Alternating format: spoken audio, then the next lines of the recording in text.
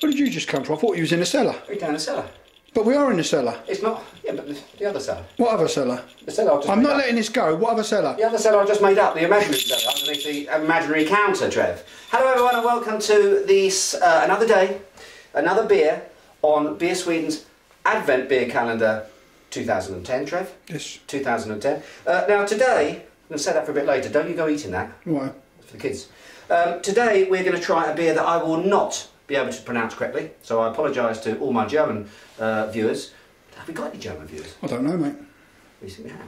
Anyway, probably because of the pronunciation. Anyway, the beer that we're going to try is a very unusual seasonal beer, this one. It's a smoked beer, 8%, and this is it. And here we go. I'm going for Schlenkerler. Now that bit I can do. Schlenkerler. And then it's Ich Doppelbock.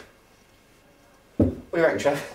Do you know, I'm all sweaty now. That I don't really speak German, but it still sounded rubbish. Did it sound German? Speaking of which, I saw no, never mind. Echt Schlenkerler, Ich Doppelbock. Saw Where Eagles Dare yesterday, and the German accents in that were just as good. Oh, they? Okay. Now listen, I'm going for that. Please, obviously, you can comment below and tell me how awful that was if you like. Anyway, I do know it's a double bock. It's a smoked beer. It's 8%. Now, this is a really unusual seasonal beer. Smoked beer is obviously not something that you normally associate with Christmas. Really, it's sort of Christmassy spices in your beers. But this has got a lot of smoke action going on. Of course, from this brewery, which has its famous Rausch beer, which has got a lot of sort of bacon and sort of smoky notes to it. This is going to be unusual, Trev. I don't know if this is going to be up your alley, to be quite honest with you. But I tell you what, it's one of those styles you've really got to sort of give it a try. Give it a try, give it a chance as well, because actually, on the right day, the right occasion... Well, actually quite a lovely colour to it, isn't it? Look at that, let me hold that up there, look. Were you expecting it to be darker than that? Yeah, this is quite a sort of honey caramel colour to it, isn't it? Actually quite a lovely looking colour there. Some very smoky bonfire, campfire, kumbaya, my lord smells coming over here, Trev. Now, what's interesting about this is in Schlenkerler's Rausch beer, they actually use, of course, what makes the beer smoky is the fact that they actually dry their malts using wood fires. Did you know that, Trev? And that's very traditional around that sort of area of Bamberg. And of course, what that does is imparts this very smoky character onto the malts. Now, in their Rausch beer, they actually use beech, but in this particular beer, they use oak. There's the difference. And what you're supposed to be getting is a bit of a smoother sort of action, a little bit less obvious smoke. Should we give it a whirl, Trev? Give it a whirl and throw up all the stats. See if that works still, shall we? Unbelievable. Really. Now let's give it a whirl. It might be from Germany, it may be from Bamberg, it may be smoky. Oh my goodness, and it is. But we must give it a whirl. What it is, in a nutshell, is smoked ham. You know smoked ham?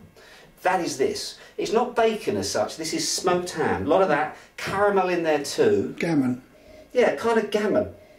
Really is an unusual, and of course wood. You're definitely getting sort of, you're getting wood action as well. But it's actually quite balanced in an odd sort of way. And a little bit of sort of medicine, a bit of TCP as well in there. So smoked ham, TCP and wood. What do you think, Trev? Sound good? Oh.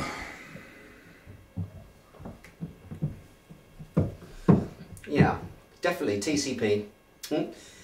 Well, it's odd, I'm going to say, and this is not a beer that a lot of you are going to like. It's going to polarise opinion, this beer, which is great. I like beers that do that. But this one, it's got a lot of, actually it's quite a nice dry sort of finish to it. Hallertau hops in there for the aroma, so that's got a little bit of that action going on there. Again, very typical of the region.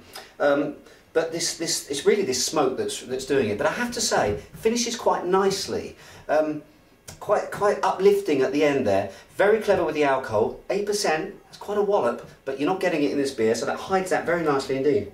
Do you know what? Somebody just died. Someone says, I actually quite like it, Trev. What? It is odd. It really is kind of bizarre beer, but it works. It works for me. So I'm actually going to go, I'm going to give it 3 hoes, Trev. 3 hoes. And I'm probably going to drink it for breakfast, because it kind of feels like that sort of beer.